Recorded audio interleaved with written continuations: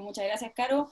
Bueno, en esta charla vamos a revisar el procedimiento que se necesita para poder formalizar un emprendimiento desde la casa, especialmente porque ahora en este último tiempo han ocurrido, o sea, han nacido muchos emprendimientos nuevos que quizá vayan a continuar algunos de ellos después de la contingencia y otros quizá no, pero si alguien se quiere decidir a formalizarlo va a poder con esta guía saber cómo hacerlo.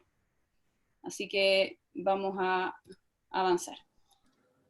Bueno, especialmente esta presentación está dedicada a emprendimientos gastronómicos, ¿ya? Eso es importante de destacar, que es un tipo de emprendimiento un poco más complicado en términos como de trámites, porque implica resolución sanitaria, pero nada del otro mundo, así que lo vamos a revisar, y muchas veces uno tiene la idea de que va a ser algo súper lento, complicado, caro, pero realmente no lo es. Pero debo decir que toda esta presentación está basada un poco en mi experiencia en tiempos normales.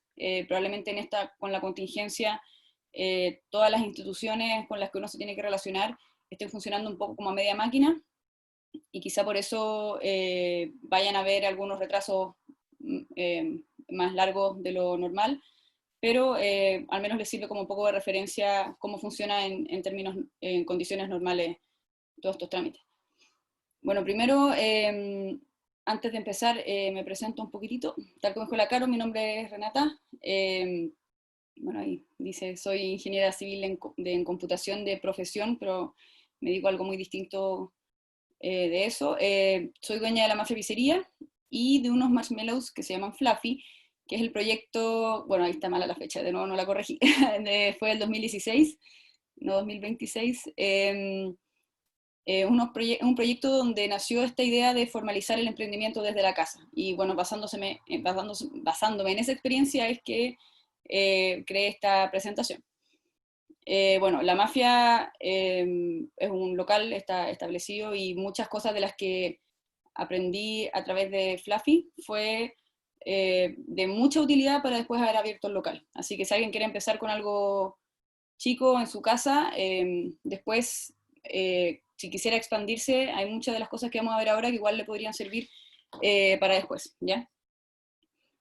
Entonces, bueno, acá hay en esta foto una pequeña, o sea, en esta diapositiva unas fotos de lo que hacía yo con los marshmallows, y en un principio obviamente lo hacía vendiéndoselo a conocidos, como un hobby, algo así, pero se me ocurrió empezar a cuestionarme si es que se podía hacer como una empresa formal. Pero al mismo tiempo estaba la pregunta de qué gano con legalizarme, como con ser una empresa formal. Y bueno, especialmente en ese momento evalué los puntos que les destaco acá. Primero, había una mejor imagen hacia los clientes, en mi parecer, dado que estábamos hablando de una empresa constituida y con todos los permisos necesarios para hacerlo. La posibilidad también, se abre la posibilidad de ser proveedor ahora a otras empresas, por ejemplo, porque, no sé, por una cafetería probablemente no me iba a comprar de mis productos si yo no le podía hacer factura, por ejemplo. Entonces, al formalizarme, yo iba a poder emitir ese tipo de documentos. Bueno, cumplir con exigencias sanitarias para cuidar a los consumidores, distribuir, perdón, contribuir al país con el pago de impuestos, que finalmente es algo que es lo que uno dice de lo que corresponde al final, cuando uno gana o recibe algún tipo de ingreso, paga impuestos, y vender como entre comillas a la mala sin dar boleta ni nada, a mí me parecía que, no sé, porque no, que no era lo más correcto en ese momento, y que quería yo averiguar cómo se hacía para hacerlo formal. Eh, Participar en una competencia justa con locales y otros proveedores. También pensaba que de repente cuando uno vende algo sin pagar impuestos o sin tener los permisos necesarios, obviamente los costos de esa producción son mucho menores, y eso genera un poco de competencia injusta. Así que también yo quería como contribuir un poquito, como mi granito de arena, a hacerlo correctamente.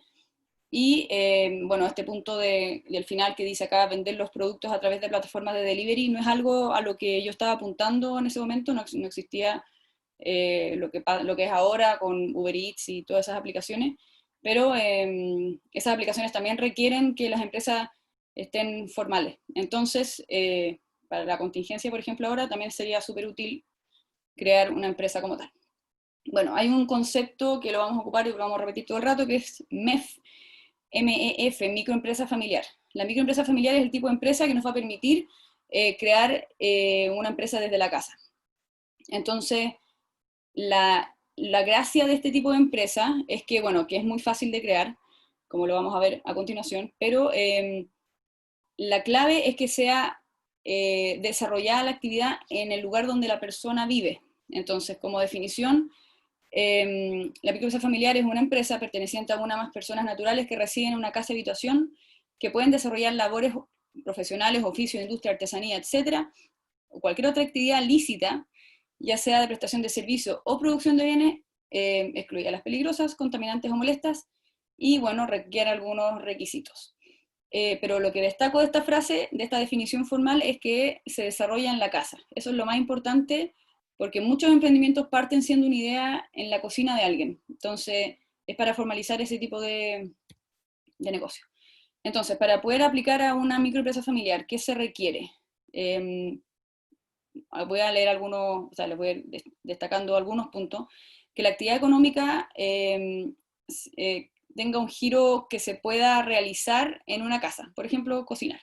Que la microempresa familiar no trabajen más de 5 personas que sean ajenos a la familia. Eso es otro punto. O sea, se pueden tener incluso trabajadores contratados que no sean de la familia hasta 5, lo que es súper importante porque, o sea, un negocio chico también podría partir perfectamente como una microempresa familiar. Eh, por ejemplo, la pizzería, la mafia, bueno, somos 6 personas, pero podría, y las otras 5 no son de mi familia, y perfectamente podría ser una microempresa familiar.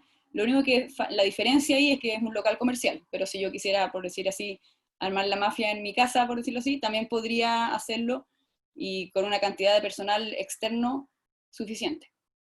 Y bueno, que los activos productivos de la empresa, sin considerar el inmueble, no sean mayores a 1000 unidades de fomento, 1000 UF.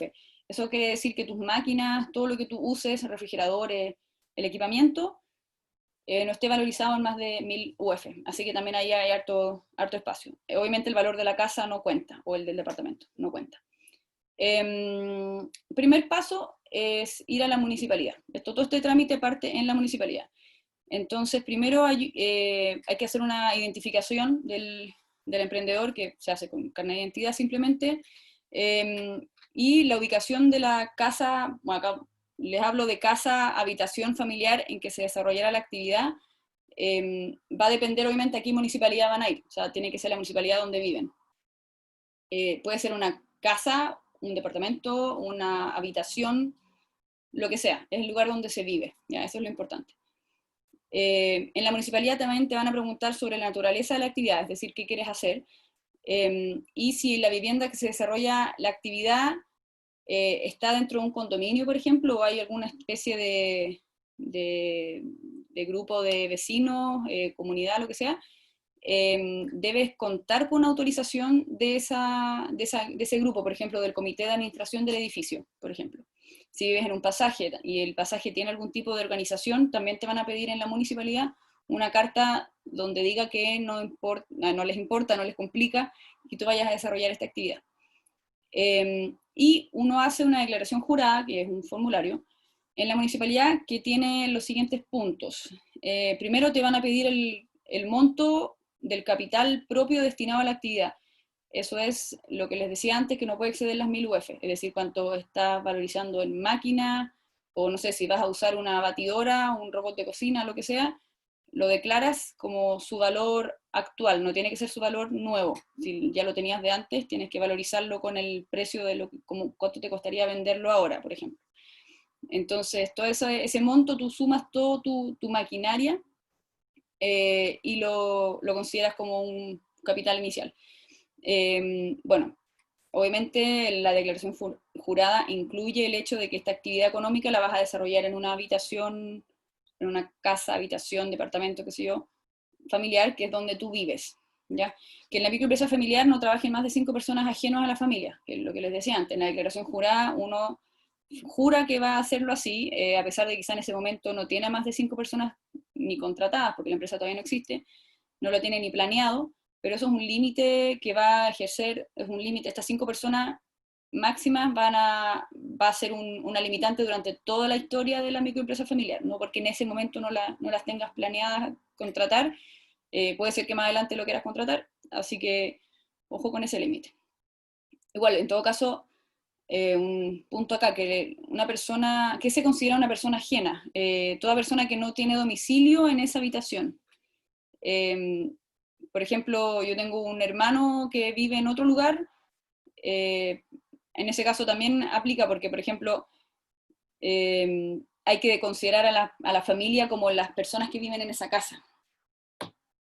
Bueno, después, lo que les decía, que no excedan las 1000 UF y que la actividad no produzca contaminación. Eso también va en la declaración jurada, que también se firma en ese momento, y que la persona que está viviendo en esa casa es legítimo ocupante de la vivienda, obviamente, que si es un arriendo, por ejemplo, tenga su contrato, qué sé yo.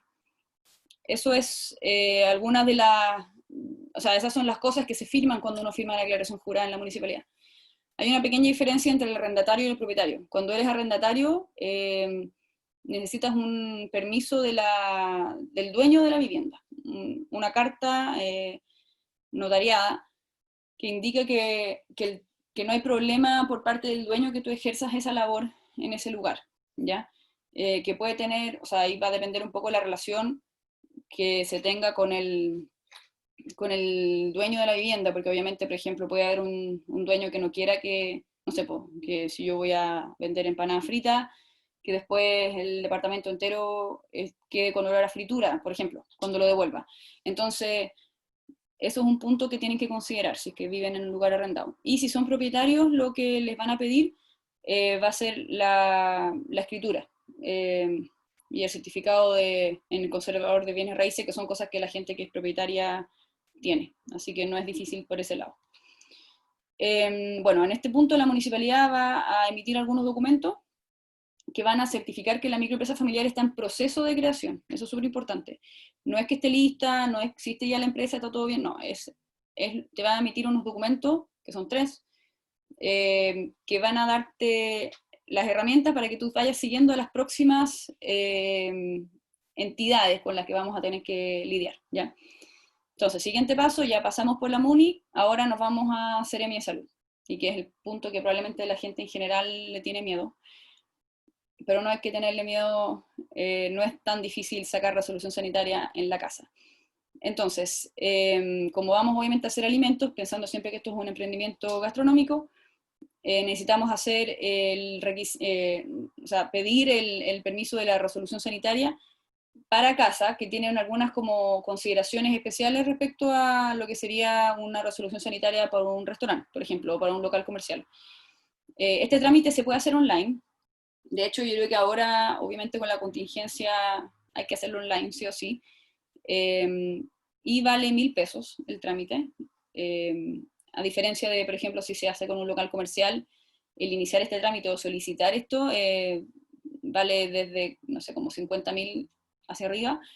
Pero para microempresa familiar tiene este valor especial de 1000 pesos. Bueno, cuando uno solicita, lo vamos a ver cómo se hace en las próximas diapositivas, pero cuando uno solicita este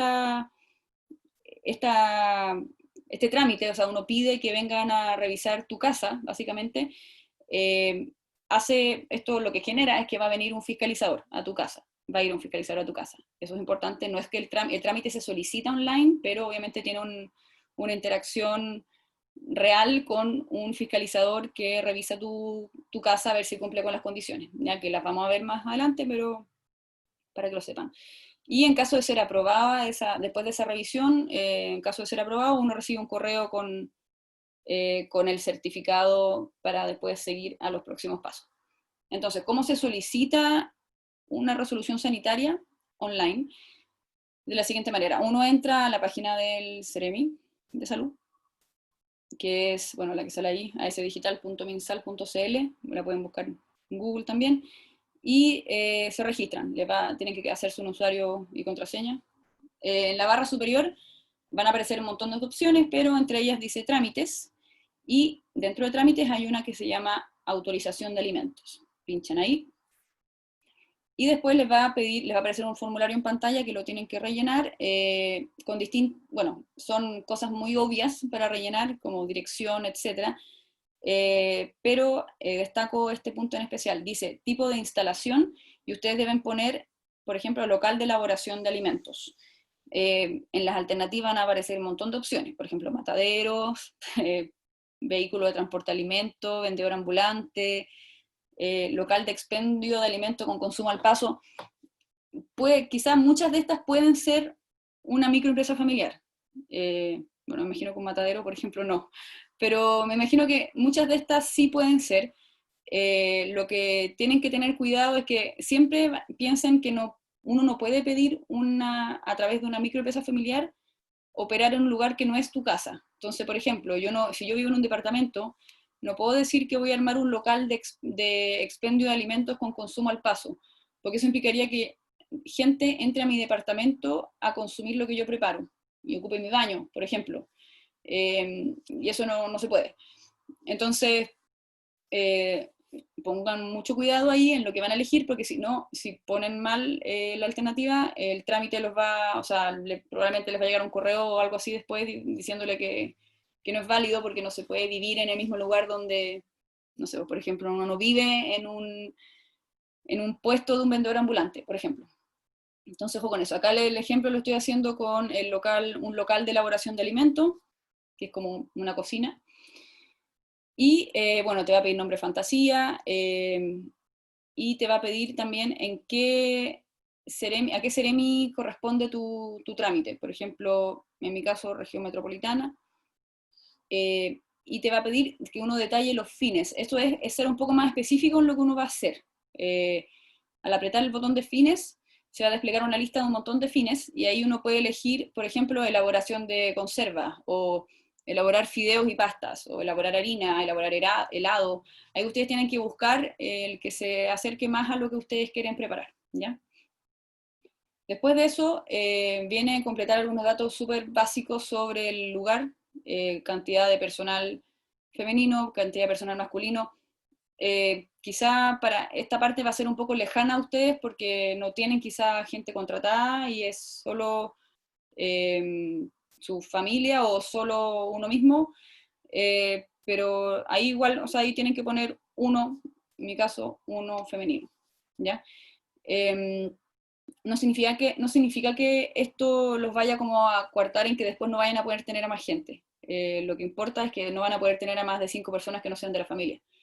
Pero esto es en el momento actual, ¿ya? Bueno, horario de trabajo, instalaciones, qué tienen en el entorno, si hay un colegio, si hay una calle, esas cosas también importan porque, por ejemplo, si hay colegios, no se pueden vender cosas que tengan sellos negros, esos típicos sellos de alerta. Así que bueno, rellenan todo eso que está ahí, área total construida, es el área de la casa o el departamento, superficie total de zona de preparación, de elaboración, perdón, ese es los metros cuadrados que tiene la cocina, por ejemplo. Les pide, bueno, horario de trabajo, etcétera. Ahí ustedes rellenan con los datos de lo que planean hacer, y acá es muy importante, viene un punto donde a partir de lo que ustedes seleccionaron, les va a mostrar una lista como de requisitos, ¿ya? Y acá no hay que asustarse, porque los requisitos que van a aparecer son muchos y van a ser siempre pensando en un restaurante, por ejemplo. Entonces, lo que tienen que hacer es leerlos, pero acá lamentablemente no se despliega una lista distinta por ser una casa, que yo creo que es una cosa como que falta ahí en la página de este trámite. Pero la cosa es que ustedes deberían leer esa lista y ver qué cosas son como que realmente no tienen nada que ver con una casa y qué cosas sí. Por ejemplo, va a decir que tengan duchas separadas por sexo, por ejemplo. Entonces es como obvio que no se espera que tú construyas, si tú vives en un departamento con un baño y trabajas tú y tu pareja, no sé, un hombre y una mujer, por ejemplo. No se espera que se construya un segundo baño porque hay distintos sexos, ¿se entiende? Cosa que en un restaurante sí corre, pero lo doy como un ejemplo. Pero hay cosas que no van a tener ni un sentido, y ustedes ahí con un poco como de criterio las pueden ir ignorando. pero hay cosas que sí van, y que de repente obviamente el criterio es algo que es subjetivo, pero hay cosas que sí van de esta lista y que sí se necesitaría que la tengan, que lo tengan cuando vengan a revisar sus casas. Por ejemplo, en mi caso, menos se fijaron mucho en esto. Campana con campana en caso de que se esté cocinando algo. Por ejemplo, si yo, no sé, hago algo que no es cocido o no genero gases, no me lo van a pedir. Pero si es que sí, sí. Después, doble receptáculo de lavaplatos. Eso se pide a restaurantes, pero también en caso de casas, también el receptáculo es el recipiente del lavaplato. Tiene que tener dos, tiene que ser doble, ¿ya? Eh, malla de perdón, dice, no es malla de seguridad, es una malla de seguridad, pero en el sentido de bichos, ¿ya? Es como una malla fina para que no entren bichos a la cocina, ¿ya? Una malla en las ventanas. Después, superficies lavables, obviamente que los mesones sean lavables, no pueden ser de un material que no se pueda mojar, que no hayan animales, y limpieza constante. Obviamente el lugar de la cocina tiene que estar impecable siempre, y especialmente, bueno, siempre, y especialmente cuando llegue el fiscalizador. Hay algunas otras cosas, como por ejemplo extintor, que ustedes, yo lo recomiendo tener, está en la lista, pero uno generalmente no tiene extintor en la casa. Pero si es que uno se va a dedicar a cocinar full como para vender, no estaría de más tener un extintor, porque va a ser un lugar donde se va a estar utilizando mucho más que una cocina convencionalmente, ¿ya? Bueno, esos son algunos de los puntos, como digo, hay un montón de puntos que se destacan en ese link que yo les decía que les aparecerá cuando hagan la postulación. Y después uno tiene que adjuntar un montón de documentos, que también suenan muy complicados de hacer, pero son súper fáciles, y los vamos a ir viendo a continuación, lo que significa cada uno. Estos documentos también se pueden presentar en persona. Si uno va a sacar este trámite, o uno va, más bien, lo que les decía al principio, a solicitar este trámite, uno lo puede hacer en persona y uno imprime todo esto y lo lleva. Pero dado que lo estamos viendo online, sigamos viéndolo online. Primero dice comprobante de pago de sistema de alcantarillado, eso es una boleta del agua, muy fácil. Después, bueno, que tenga la dirección, obviamente. Plano o croquis de planta e instalaciones sanitarias a escala. Esto es un diagrama o un plano de la cocina. Si viven en, bueno, departamento, en casa, más o menos no tan viejo, y bueno, si ustedes son el dueño o la dueña, busquen por ahí entre sus papeles el plano original de la inmobiliaria. Y si arriendan, pídanle al dueño que les mande el plano, en general los tienen. Y los pueden llegar y adjuntar, mucho más fácil. No necesitan un arquitecto que les haga un plano.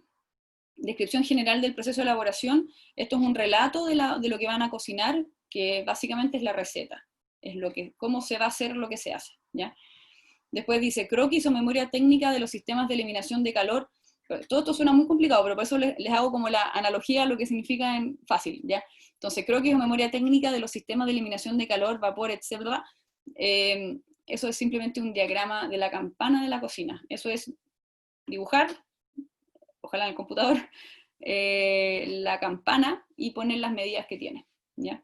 Sistema de control de calidad es un relato donde ustedes describan cómo van a verificar la calidad de lo que están haciendo, cómo van a fijarse en que la cosa esté bien. No sé, si hacen salsas, por ejemplo, cómo van a ver que la salsa haya logrado su calidad, ya sea de la temperatura en que se hizo. Son como los checks que ustedes van haciendo para ver que el producto final quede bien. Bueno, hay otro punto que dice autorización municipal de acuerdo al plano regulador. Acá lo que tienen que hacer no es adjuntar nada de eso, sino que adjuntar la carta que les dio la municipalidad. Si les dije en el primer paso, cuando ustedes salen de la municipalidad van a salir con algunos documentos que les van a entregar. Lo que ustedes hacen ahí es adjuntar el hecho así como, oye, yo estoy haciendo una microempresa familiar, acá está mi respaldo de parte de la MUNI, porque esto del plano regulador es una cuestión más complicada, pero que afecta a locales comerciales. Como esto es casa, no afecta, pero para demostrarlo, ahí uno adjunta lo de la MUNI. Después, comprobante de pago de agua potable, de nuevo, boleta del agua. Sistema de eliminación de residuos, ahí ustedes tienen que relatar. Esto es escribir un Word, en verdad no se compliquen más que eso. Relato de cómo ustedes eliminarán la basura. Pueden poner, cuento con basurero de tanto por tanto, en la cocina y todas las noches se eliminará la basura tirándola por el chat del edificio, por ejemplo. O sea, no sé, o los martes y los jueves pasa el camión de la basura y yo dejo esto en el canasto de afuera. Es como relatar eso, cómo hacen para eliminar la basura. Listado de materia prima es la lista de los ingredientes que se utilizarán. Listado de tipo de alimentos es una lista de las cosas que van a preparar. Obviamente la lista de las cosas puede partir siendo, no sé, yo hago torta tres leches y hago pay de limón. Y con el tiempo les empieza a ir bien y quieren ampliar su carta, lo pueden hacer. Es solo que en ese momento, cuando estén postulando, tienen que poner lo que saben hacer y lo que van a vender en esa primera como instancia. Después, el siguiente paso es, bueno, les van a preguntar algunas cosas como de datos personales, nada muy complicado. Tienen que declarar el capital, lo que les decía antes, que era la cantidad de plata que ustedes están como invirtiendo esto en maquinaria, lo que sea, el mismo numerito que han estado hablando todo el rato, pero que no puede exceder las 1000 UF. Y después también les va a pedir seleccionar el beneficio social. Y acá es súper importante que no se les pase. En la parte de beneficio social, ustedes tienen que poner microempresa familiar y adjuntar lo que les dio la municipalidad, ¿ya? Porque si no ponen beneficio social, microempresa familiar, les va a cobrar más que Luca, porque esta cuestión cobra Luca por ser microempresa familiar. Y acá es donde lo estamos como recalcando, ¿ya? Después, tienen que tiquear una declaración que aceptan y pasan al siguiente paso donde se paga online, esos 1000 pesos. Después de eso van a recibir un llamado de la resolución, perdón, del Seremi de Salud y van a recibir una visita. Acá es donde lo que yo les digo que no necesariamente, en mi caso fueron 14 días, no sé cómo está la cosa ahora por la pandemia. Ahí les dejo ahí la nota al margen, que no sé cómo estarán gestionando estas visitas dada la contingencia. Pero al menos en términos normales, en mi caso tomó unos 14 días y te llaman y te dicen así como voy ahora. O sea, no es como que uno puede elegir la fecha en la que van a ir. Y uno los tiene que recibir. Entonces, por eso es súper importante tener como todo listo antes no es como que esperar a que me llamen para yo poner la malla en la ventana, no.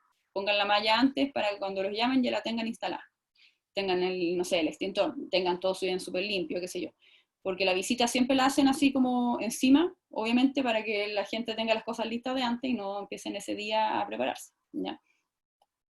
Después, una vez que reciban la visita del fiscalizador, y si está todo bien, porque obviamente el fiscalizador revisa que esté todo lo que se necesita tener, que esté todo ordenado, limpio, qué sé yo, que el suelo sea lavable, todo eso, con esa información, el fiscalizador emite el documento de la resolución sanitaria, finalmente, ¿ya?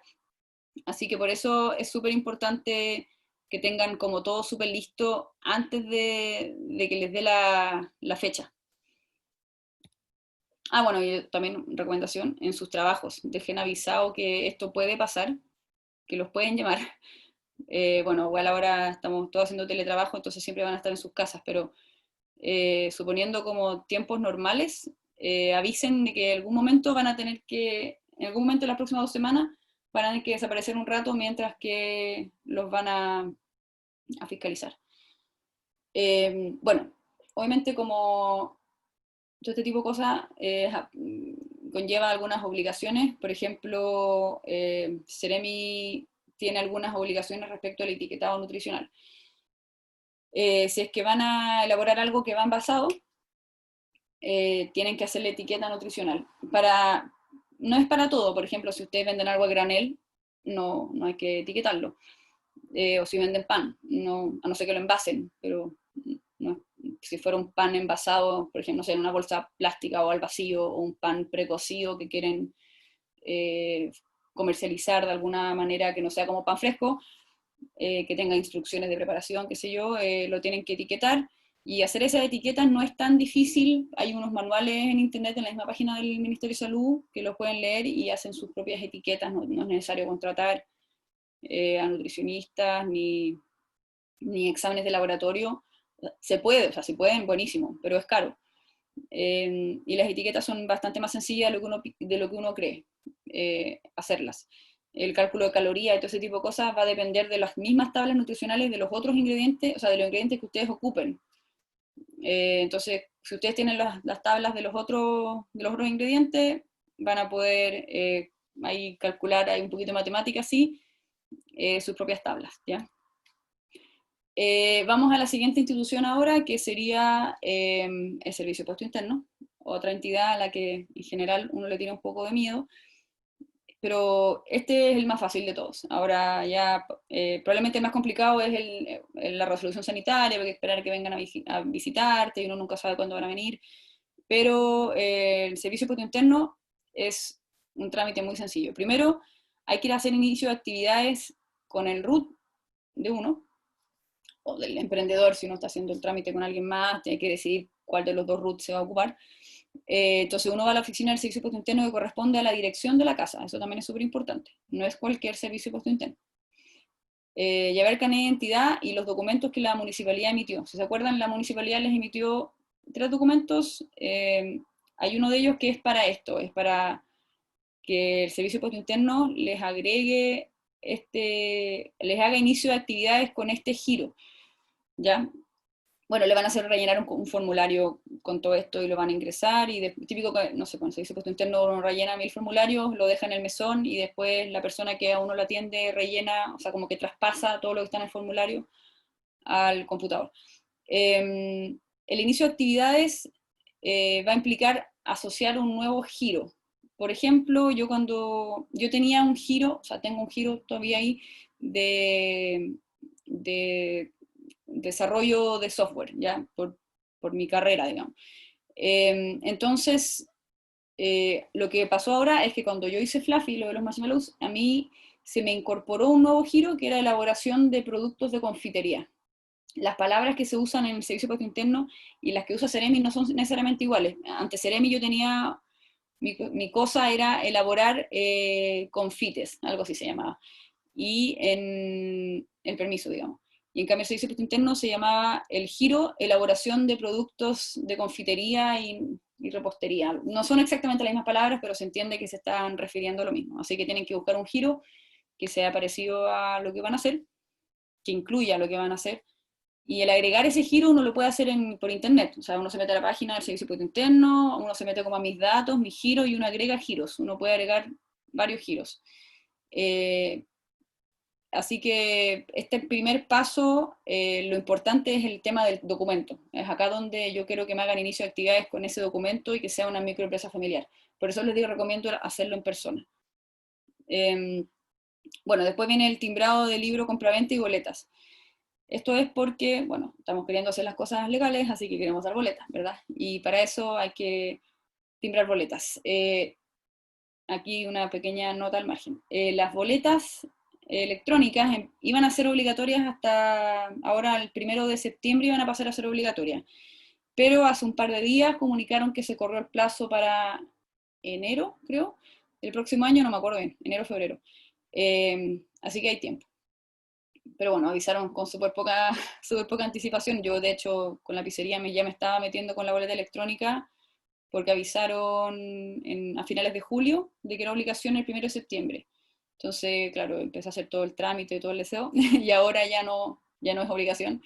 Y uno puede seguir ocupando boletas a papel, pero es por un tiempo más, y bueno, pero para una microempresa familiar, igual yo les recomiendo partir con papel, es súper barato, obviamente uno se puede equivocar, hay que tener ojo con eso al escribir el monto, pero es muy barato. O sea, mandar a hacer talonario, uno puede mandar a hacer, no sé, 5.000 boletas por 15 lucas. Mientras que un software de boleta electrónica, bueno, va a depender, pero puede costar, no sé, 30.000, 40.000 pesos mensuales, va a depender de la cantidad de boletas. Bueno, y el timbrado de boletas, perdón, la boleta electrónica también se puede emitir a través del servicio de puesto interno, solo que es un poco más incómodo, pero pensando en que ustedes le quieren vender, por ejemplo, hacen postre y se los quieren vender a una cafetería, van a hacer por factura, y las facturas se hacen electrónicas solamente, ¿no? Ya no existen las facturas a papel. Entonces eso se hace a través del servicio de puesto interno. Y eso es, o sea, no digo que sea más fácil o más difícil que emitir una boleta electrónica a través del servicio de puesto interno, es lo mismo. Es solo que, por ejemplo, si ustedes estuvieran atendiendo como a clientes así cara a cara, es como medio tedioso andar metiéndose a la página del Servicio de Impuesto Interno cada vez que uno quiere hacer una boleta. Por eso digo que si uno va a tener como venta rápida, es mejor tener su talonario, hasta que ya no se pueda, que el próximo año, o si uno va a hacer ventas súper esporádicas, porque le voy a vender, no sé, todos los meses este postre a esta cafetería, ahí uno simplemente emite la factura a través de la página del Servicio de Impuesto Interno. Bueno, y aparte de las boletas / facturas, tienen que tener un libro compraventa. Los libros compraventa son unos libros así, tapadura, grandes, que los venden en las librerías. Piden, hola, tiene el libro de compraventa, se los venden y lo tienen que tener timbrado. Eso significa llevarlo al Servicio de Impuesto Interno, el Servicio de Impuesto Interno le pone como un sello de agua en las páginas. Y ahí ustedes tienen que llevar registro de todo lo que venden y todo lo que compran. Pero esas son las obligaciones por parte del Servicio de Impuesto Interno. Dar boleta factura siempre y llevando registro en el libro compraventa así a mano. Igual se puede hacer a computador y imprimir y pegarlo en este libro, las ventas y las compras. Y bueno, también en este trámite que uno está haciendo en el Servicio de Impuesto Interno podrían pedirte una verificación de domicilio y actividad, pero es un trámite aleatorio, no siempre te lo piden. ¿De qué se trata? Es verificación de actividad, no te lo piden cuando estás creándolo, cuando estás ahora así como por primera vez haciéndolo, porque no tienes cómo demostrar tu actividad, porque cómo se demuestra una actividad, se demuestra presentando facturas de proveedores. Entonces, como no vas a tener facturas todavía, porque estás recién creando la empresa, eso no te lo van a pedir cuando estés armando esto, pero te lo podrían pedir, no sé, 3 meses después. Y lo que uno tiene que hacer, te llega un mail. No hay que tenerle miedo, lo que uno tiene que hacer es simplemente agarrar un par de facturas de los proveedores que uno tiene o de las compras que uno ha hecho y llevarla al servicio. Verificación de domicilio también es algo que no va a pasar al principio, pero puede pasar durante la vida del emprendimiento, es que van a verificar la dirección, que efectivamente se esté ejerciendo la labor en la dirección que se dijo que se iba a hacer. Bueno, hay que pagar impuestos, para eso lo estamos haciendo, para hacerlo legal. Hay que llevar el libro compraventa, como les decía, siempre actualizado. Declaración de renta, dice mensual, está mal. Es declaración de renta anual, igual que la declaración de renta que uno hace para uno como persona. De hecho, como estás bajo tu mismo root, porque la microempresa familiar, bueno, lo dije antes, la microempresa familiar, el root de la empresa es tu root de persona. Entonces después cuando tú haces la declaración de renta, que es la que se hace en abril todos los años y te devuelven plata o qué sé yo, ya, en esa declaración, como que las ventas que uno tuvo a través de la microempresa familiar se suman a tu ingreso. Si tú tienes un sueldo porque trabajas en una empresa y aparte tú tienes tu microempresa familiar, eso se suma, es todo tu ingreso y tú pagas impuestos respecto a eso o te devuelven respecto a eso. Si eres el propietario de la casa donde vives, obviamente hay que pagar contribuciones, eso es, tengas o no tengas microempresa familiar, pero lo pongo ahí porque también es una cosa relacionada con el servicio. Bueno, tienes que dar boleta o factura en cada venta. Y cuando compres a tus proveedores, cuando vayas, lo que sea, al supermercado para comprar algún ingrediente, tienes que pedir factura.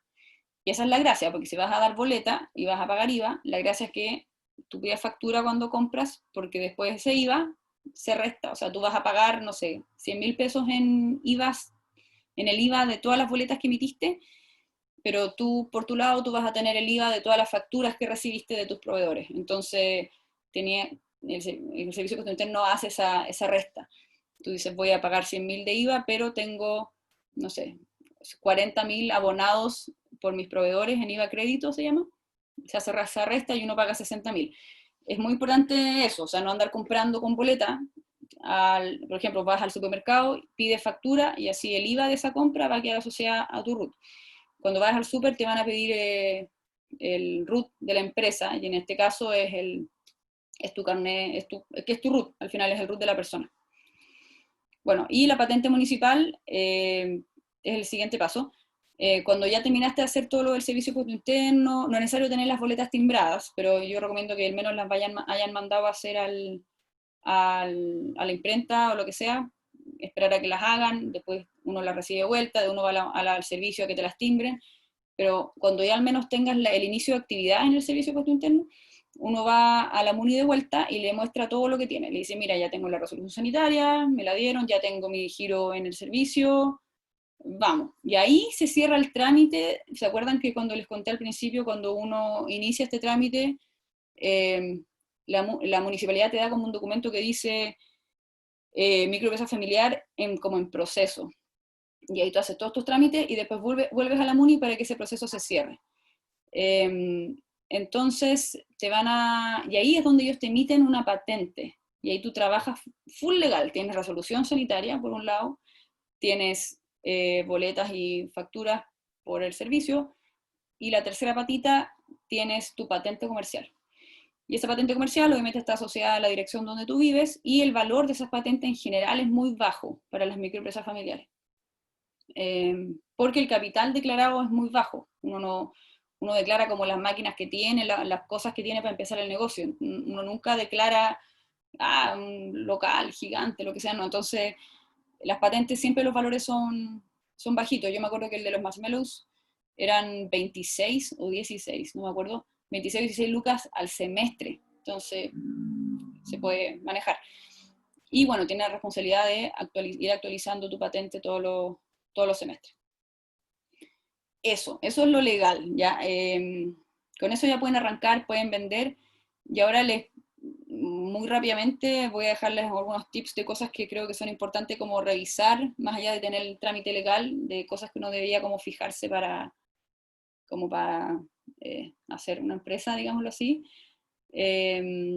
Bueno, imagen y marca, creo que muy importante crear una imagen y una marca acorde al producto que quiero vender, acorde al público el que yo quiero alcanzar.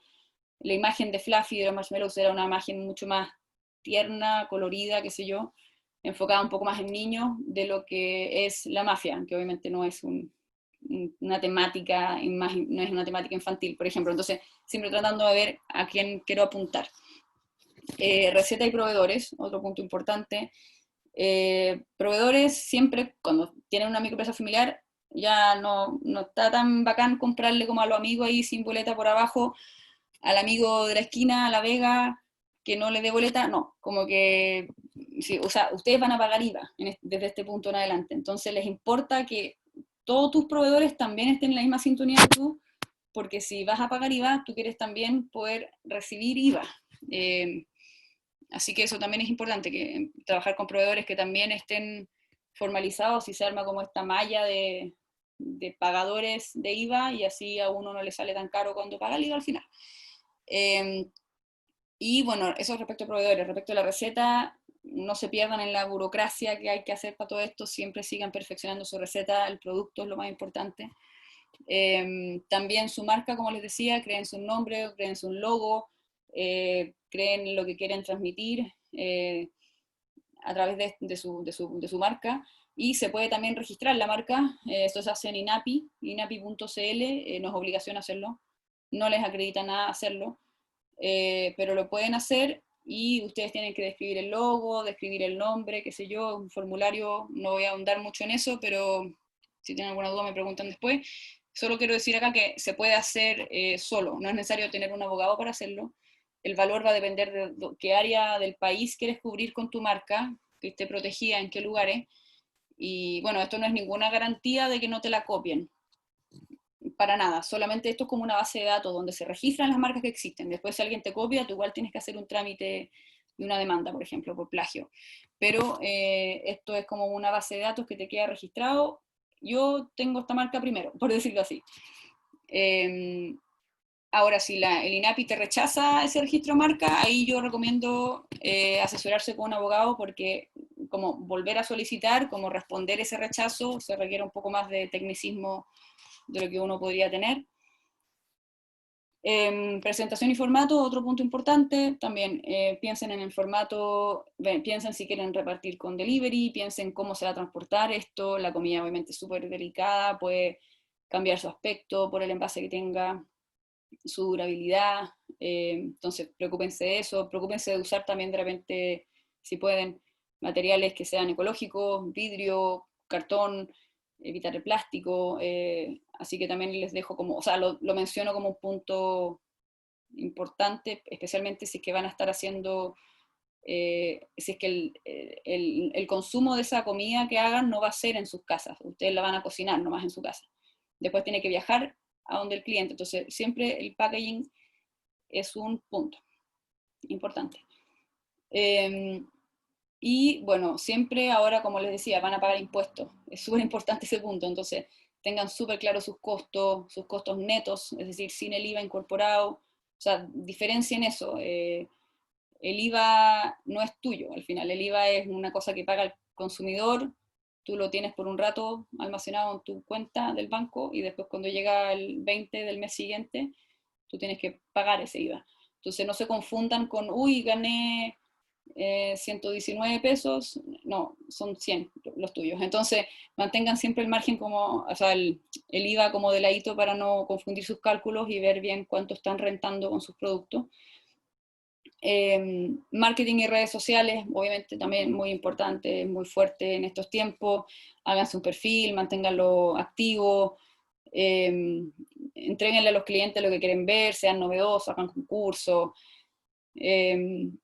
Si pueden conseguir alguna nota con algún periodista por ahí que les haga una columna en alguna revista digital o que alguna persona famosilla del mundo gastronómico quiera probar tu producto y comentar también en sus redes, todo eso es muy bienvenido y obviamente va a ayudar a que haya más publicidad y que puedan llegar a más personas al final. Y bueno, a futuro, a ver, perdón, ahí sí, a futuro, si ustedes quisieran crecer más y formalizar, darle una mayor formalidad a su negocio, una vez que uno tiene una microempresa familiar, como que el próximo paso, por ejemplo, chuta, quiero declarar, ahora ya no sé, pues no tengo solo 1000 UFs en activos, en máquinas, qué sé yo, quiero crecer, o quiero irme tengo hasta acá la cocina llena de cosas, me quiero mover a un local, o me quiero mover a una cocina industrial, lo que sea, y ya quieren dejar de funcionar en sus casas, el siguiente paso en cuanto a lo que es el tipo de empresa sería una EIRL, que es Empresa Individual de Responsabilidad Limitada. Ese es un tipo de empresa que sería como el más lógico, pero eso es para una sola persona, hay un solo dueño. En cambio, si ustedes quisieran tener a un socio, sería una SRL o una SPA, una sociedad por acciones. La SPA también puede ser de una sola persona, pero lo que quiero decir es que la microempresa familiar que tenía el root normal, así el root de persona, ya como que va a quedar de lado. Porque, como les digo, en microempresa familiar la clave es que la actividad se desarrolle en la casa. Entonces, si ustedes se van a mover a otro lugar, necesitan tener otro tipo de empresa que les permita operar en otro lugar que no es una vivienda. Más que no es una vivienda, que no es el lugar donde ustedes viven, esa es la clave. Así que ahí tienen que ver qué tipo de empresa o estructura como de sociedad les conviene, pero eso ya es problema del futuro, pero para que lo tengan presente. Y cuando eso pasa, la microempresa familiar se mata. Lo que se hace ahí es hacerlo en término de giro, que también es un proceso que se hace con el servicio de impuesto interno. Puede ser más o menos complicado, va a depender también de cómo esté tu situación tributaria como persona. Por ejemplo, no sé, pues si tú como persona no has pagado, no has hecho tu declaración de renta y debes hacerle término de giro a tu microempresa familiar, va a saltar el tema así como, oye, pero no, ¿cómo? Tú no has hecho tu declaración de renta. Entonces, recuerden eso, que al final es el root de la persona el que se fusiona, que queda como representante de la empresa. Entonces tengan cuidado con ser ordenados, bueno, siempre, en los dos lados, como persona o como empresa, pero ahora con mayor razón porque van a ser una sola entidad. Y eso sería, traté de dejar un ratito al final para preguntas, pero eso sería especialmente todo. La idea es invitarlos a la formalidad, a que los emprendimientos son emprendimientos cuando son empresas como tal, obviamente al principio uno quiere probar si lo que está haciendo va a funcionar, pero de repente cuando ya está agarrando vuelo, hacer todo este trámite no es tan difícil y es lo más correcto, es lo más apropiado, le da tranquilidad a tus clientes porque sabe que tú estás cumpliendo con una serie de normas sanitarias, tributarias, y creo que eso también ayuda a la imagen de la marca, pero también contribuye como a la economía del país. Así que eso, les dejo a la esquina, bueno, vamos a seguir hablando después de esto, pero está mi correo, contacto@lamafiapizzeria.com, el Instagram, La Mafia Pizzería, si no me han seguido o no siguen la pizzería, pueden seguirlo ahora. Si tienen alguna duda les puedo preguntar, o sea, me pueden preguntar, y si alguna vez, por ejemplo, me han contactado personas que han ganado fondos de Cercotec, cosas así, que necesitan algún tipo de asesoría, también me pueden preguntar si podemos diseñar algún tipo de estrategia para trabajar juntos en lo que quieran armar. Pero eso, chiquillos de Arte Bianca, no sé si habilitamos algún micrófono para preguntas. Sí, hola Renata. Mira, hay varias preguntas acá que tenemos en el chat. ¿Ya?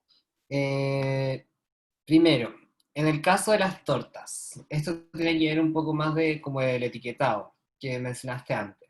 ¿Tú ¿Ya? sabes si es necesario tener un etiquetado para las tortas? Entiendo que no, porque no son envasadas, a no ser que, por ejemplo,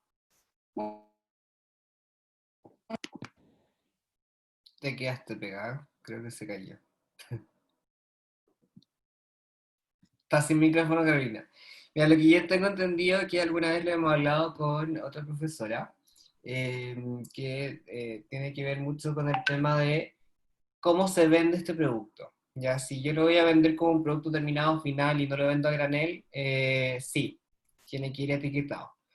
Si yo lo voy a vender como por porción, no va a pasar nada, pero sí, el tema del etiquetado está cada vez más exigente, y de hecho en el próximo año, durante el próximo año, todos los productos que sean, ya sean de microempresas, familiar o lo que sea, tienen que ir etiquetados. Ya eso sí o sí lo van a tener que hacer.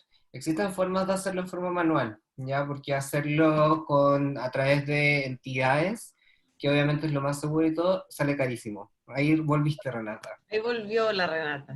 yo no sé, se me cayó el internet, ya, ahora sí. Ahí te estaba escuchando lo de la etiqueta, no sé si me escucharon la respuesta, parece que hablé sola. No, no escuchamos nada. Fue como, creo que, y ahí se cortó. Le decía que depende de que si la torta está envasada o no. O sea, si una Ujú. torta, oye, hazme una torta cuatro leches y uno la lleva así en una caja, eso no es un envase. A diferencia de cuando, por ejemplo, uno en el súper compra una torta, estoy pensando en esa que son como de hoja manjar, así como que vienen redonditas, y que vienen envasadas, esas, claro, tienen que tener un etiquetado, porque están ahí hace un rato, qué sé yo, tienen su fecha de elaboración, vencimiento, distinto a a la que uno podría hacer en el momento. Pero la etiqueta nutricional, que es lo que alcancé, creo que terminar de escuchar, o sea, es bueno hacerla uno, no es tan difícil, Mm. un poquito de matemática y regla de tres, pero mandar a hacerlo es súper caro y no, creo que no, o sea, no sé, mi impresión no vale mucho la pena. Ujú. Ahora, y respecto a lo otro con el etiquetado, por ejemplo, el de los sellos, que eso lo van a empezar a pedir ahora como todos los productos. Y de hecho eso habíamos hablado con Denise. El tema de los sellos, hay una normativa en cuanto al logo. El logo tiene que tener un tipo de color, un tipo de letra, el borde tiene que tener también, porque es un octágono, ¿cierto? Ese octágono tiene un borde blanco y ese blanco también tiene que tener un grosor específico, ¿no? Sí, en verdad es bien jodido ese tema, que poco a poco lo van a ir pidiendo cada vez más. Sí. Otra pregunta que tienen ahí, ¿cuál es el valor por el registro de marca? El registro de marca, como decía, va a depender del el área a cubrir, el área del país y los tipos o sea, es el área de superficie de las regiones. Si quieres registrarlo en tu pura región o en todo Chile, lo que sea, eso va a ir siendo cada vez más caro, y también de la cantidad de, por decirlo así, como giros también. Yo podría, no sé, pues yo hago pizza, me podría registrar en elaboración de pizza, y el día de mañana podría existir una bebida que se llame la mafia, por ejemplo. Pero si también quiero protegerme con las bebidas, yo ahí uno puede acaparar todos los giros, y en ese caso cada vez va a ir subiendo más el valor. No te podría decir un valor así al aire, no lo tengo presente, pero me acuerdo que Fluffy lo quise hacer solo en la región metropolitana, creo, y costó como 50.000 pesos, creo, algo así, pero no estoy segura. Perfecto. Bien. ¿Sigo Mira, yo con la otra? sí, Como uno y dale. uno. Ya.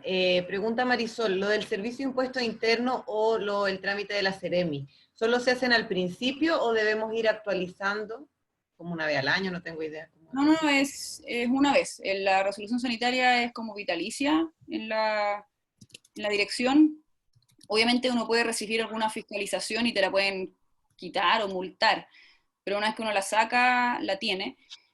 Y también el giro del servicio de impuesto interno, de hecho, si uno lo va a dejar de hacer, tiene que ir a hacerle término de giro, pero mientras que uno la crea, existe. La patente es algo que tú tienes que renovar todos los semestres en la MUNI. Bien. Después dice, hola, una consulta. ¿Sabes si hay un mínimo de UF en el capital? Mínimo no. No hay mínimo. O sea, pero algo tienes. Si tienes un batidor de mano que te salió 1.000 pesos, decláralo. pero sí, algo vas a ocupar para hacer la receta. Entonces, el mínimo va a ser eso. Aunque esté usado, tienes que valorizarlo en el tiempo. En cuánto vale ahora, yo tengo una batidora como tipo KitchenAid, marca Kenwood, y claro, nueva vale 300 lucas, pero ya tenía como 10 años y busqué en Mercado Libre cuánto salía y lo valoricé con eso, por ejemplo. Perfecto. Ya, después dice, ¿a qué tipo de beneficio uno puede postular cuando se inicia en este tipo de actividad como una microempresa familiar? ¿Se refiere a Capital Semilla, Cercoteca, eso? De hecho, a todos esos, el Capital Semilla, Cercotec, Abeja, pasas a ser una empresa. Y con eso, gracias a eso tienes acceso a todo tipo de subsidios y qué sé yo. Lo que sí, de repente los subsidios tienen límites de ventas. O sea, tienes que vender más de cierta cantidad. Por ejemplo, el Cercotec crece, es para allá como para locales más grandes porque te pide de cierta cantidad de millones de ventas en adelante. Pero los fondos más chicos de semilla, abeja y ¿cómo era el otro? No me acuerdo. No me acuerdo. Los típicos del Cercotec chicos, eso perfectamente puedes aplicar. Perfecto, gracias Renata. Preguntan también una consulta que hará disponible en la presentación. Bueno, como siempre los compartimos con los alumnos que están inscritos en los programas de la escuela, porque los subimos a nuestra plataforma online. La siguiente, Ricardo. ¿Cuánto tiempo te demoraste desde el inicio del primer trámite hasta el final del proceso? Lo de la MUNI fue estoy pensando, lo que pasa es que yo estaba haciendo otras cosas al mismo tiempo, entonces como que no le puse full foco a esto, estaba trabajando en una oficina, pero en términos de tiempo, lo de la MUNI fue un día, fue el día, o sea, no, fueron dos días, porque fue un día y me faltaba lo de la carta a la comunidad. Y ahí me demoré un poquito, no me dieron a mis compañeritos vecinos, se demoraron un poquito en darme esa carta de que no tenían atado, pero bueno, si lo hubiera tenido al principio, hubiera sido un solo día, si no, tuve que esperar a que me lo hicieran para llevar la carta a la MUNI. Lo del Ceremi fueron, lo que les decía, 14 días hasta la visita.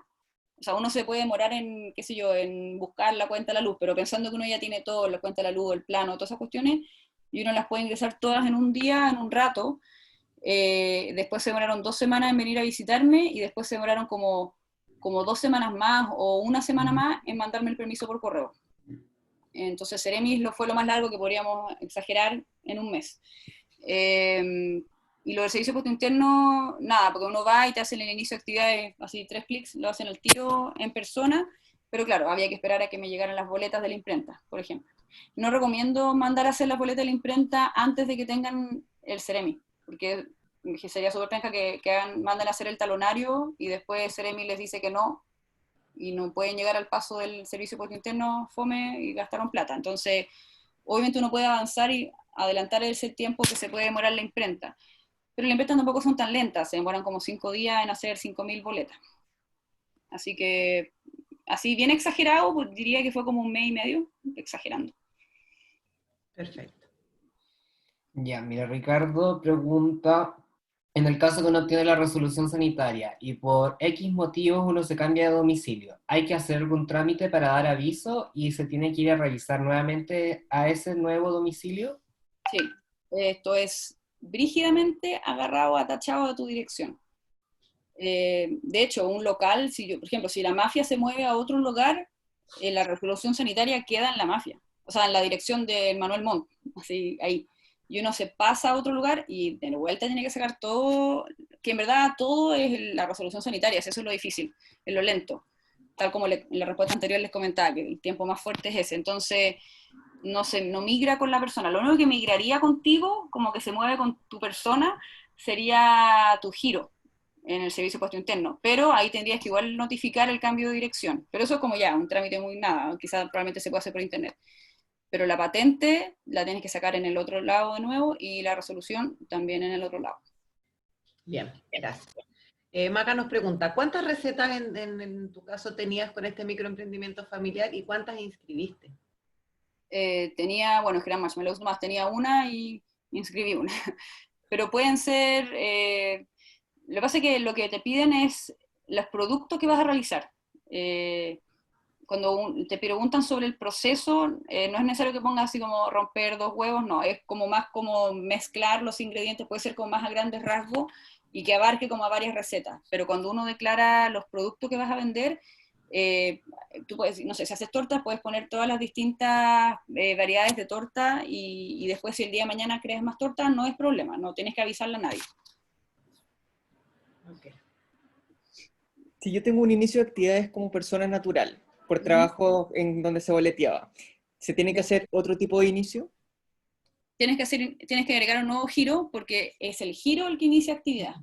Entonces yo les decía que yo tengo giro de desarrollo de software, yo boleteé con esa pega de ingeniera de computación y después de eso me agregué este giro de elaboración de confites y a ese giro uno le hace el inicio de actividades. Ojo que cuando uno no tiene que andar haciendo inicio de actividades mucho tiempo antes, o sea, no sé, pues no es para que se metan hoy día en la noche a agregar un giro al servicio, y si después, qué sé yo, vamos a estar no sé cuánto tiempo en pandemia y quizá todo esto va a ser más lento, uno hace inicio de actividades cuando va a empezar a vender, porque desde que uno hace inicio de actividades, después todos los meses tiene que andar declarando el IVA. Y si uno no vende nada, igual tiene que declarar que no vendió nada. Entonces, no, hagan el inicio de actividades cuando ya estén próximos a vender. Por eso yo en la presentación lo pongo después de ya tener la resolución sanitaria, por si acaso. Perfecto. Parece que ya no tenemos más preguntas. No. Así que bueno, no nos queda más que Renata darte las millones de gracias. Mira, la Maca ahí está feliz, la ves en la cámara, ¿cierto? Veo a una La Maca Maca feliz. es Artebianca Lover. Ah, buenísimo. Sí. Oye, y dejarlo además a todos súper invitados, la Renata aparte con la segunda tanda de un workshop el 24 de septiembre. Si quieres, Renata, les puedes comentar un poco de qué se trata tu workshop. Sí, tenemos un workshop con Artebianca que es para que aprendan a hacer pizza. Bueno, tenemos 2 productos, pizza y focaccia, pero la gracia especialmente es sobre la elaboración de la masa, muy similar a lo que hacemos en el local, pero un poco adaptado para poder hacerlo en la casa. Así que ese curso está disponible, bueno, hay uno que está corriendo en este momento, la segunda versión vamos a iniciar el 24 de septiembre, y durante todo un mes ustedes pueden acceder a la plataforma Arte Bianca para ver los videos que hicimos con la explicación de la receta, bajar el material, PDF, todas las explicaciones, y también hay 2 reuniones, una de lanzamiento, por decirlo así, donde les doy un poco la bienvenida, se revisa la receta, y después al final del curso también ocurre otra reunión para que, también así por Zoom, para que aclaremos dudas. Pero durante el transcurso del mes estamos en contacto por correo, si tienen alguna pregunta de cómo desarrollar su receta.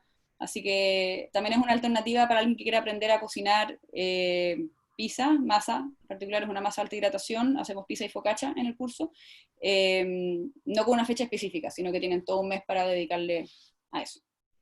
Sí, y lo bueno también, ¿cierto? Que tú los orientas en la compra de ingredientes, también tú tienes tu pack, ¿cierto?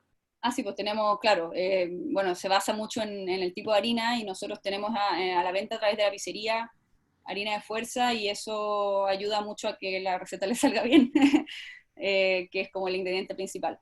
Y eso, entonces la gracia igual es esto de que ustedes se puedan acomodar a la fecha que más les acomode durante el mes, le pueden dedicar el tiempo que quieran a su ritmo. Así que eso, porque quedan súper invitados a ese workshop que lo pueden acceder a través de la página de Arte Bianca. Sí,